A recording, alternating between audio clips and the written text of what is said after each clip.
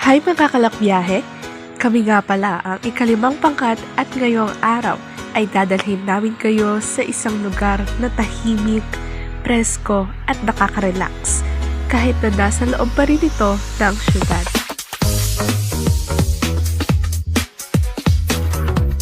Welcome sa Tagalog Fishing Village, ang best kept secret ng Valenzuela City. Hi mga kalakbiyahe! Ngayon, tayo ay nasa Tagalog. Pupuntahan natin ngayon ay isa sa mga pinakilalang restaurant ngayon dito sa Tagalog. Ayun ay ang Alvarez Park Cafe. Alam niyo ba, dati raw ang simpleng komunidad ng Tagalog ay nagsimula muna sa pagiging isang komunidad sa tabi ng ilog. Pero ngayon, isa na ito sa mga sumisikat ng ecotourism spots na paborito ng mga gusto ng mabilisang nature escape kahit hindi lumalayo sa Metro Manila. Presko ang hangin, tahimik ang paligid, parang instant reset button mula sa city stress. Siyempre, hindi lang pahinga ang maaari niyong gawin dito.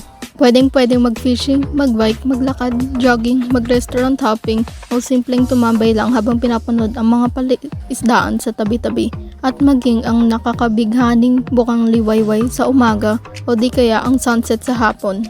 Kung photo ops naman ang pakay, say less dahil Instagram-worthy ang bawat sulok nito at ready to accommodate din ang mga residente o mga business owners. Kaya saan ka pa? Perfect din ang Tagalog ngayong SEM break at holiday season, kaya galawin mo na ang baso, ayain na si crush, mga ka-friendships at maging kapamilya. Pero kung gustong mapag-isa, syempre pwede yan. Dahil sa panahong puno ng stress at ingay ang paligid, peace of mind ang dapat na priority mga kalakbiyahe. Minsan, kailangan nyo lang maghanap sa tabi-tabi o sa mga kasulok-sulukan para makita kung ano ang hinahanap. Dahil hindi nyo na kailangan ng mamahaling bakasyon para lang makaramdam ng kapayapaan.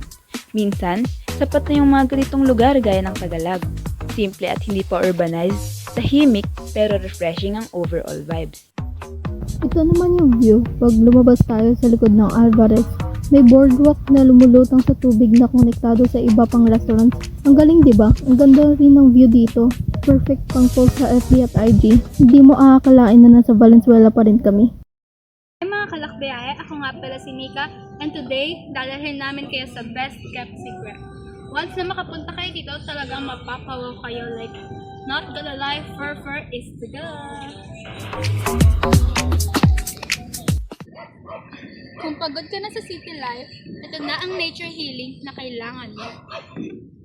Naglakad kami sa boardwalk at makikita niya sa kaliwa ay isa pang resto, ang Kingfisher Sailboat, na inspired sa maliit na barko yung design niya. Wow! Sa kanan naman, maraming makikitang nipa hut or kubo na lumulutang din sa tubig. Parang ang sarap matulog.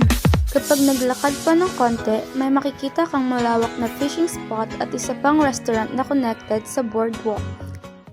Hello guys, ako si Sheshe and ngayon nandito tayo sa Alvarez Park Cafe. Ngayon ay interviewin natin yung isa sa staff dito sa cafe. Tara! So ngayon katabi ko na po ngayon isang sa staff ko. Sige, pakilala po. Pwede nga po si Marvin po. Ito po ang tanong. Bakit ito po ang napili niyong lugar sa Valenzuela? Pwede, may mga unique na activities po dito.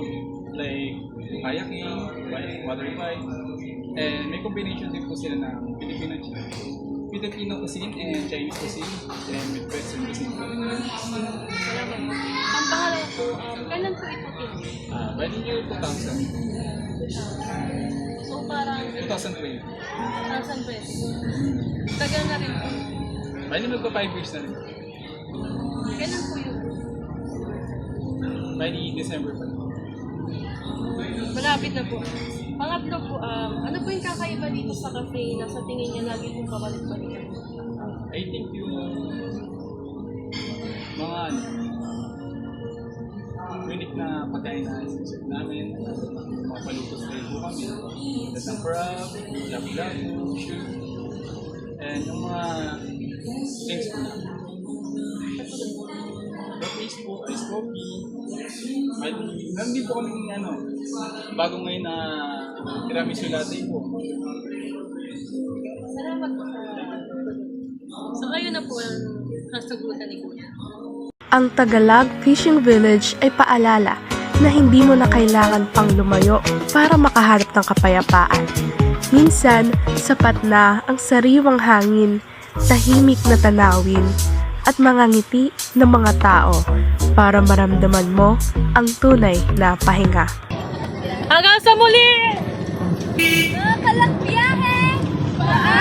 Hanggang sa susunod nating biyahe, paalam!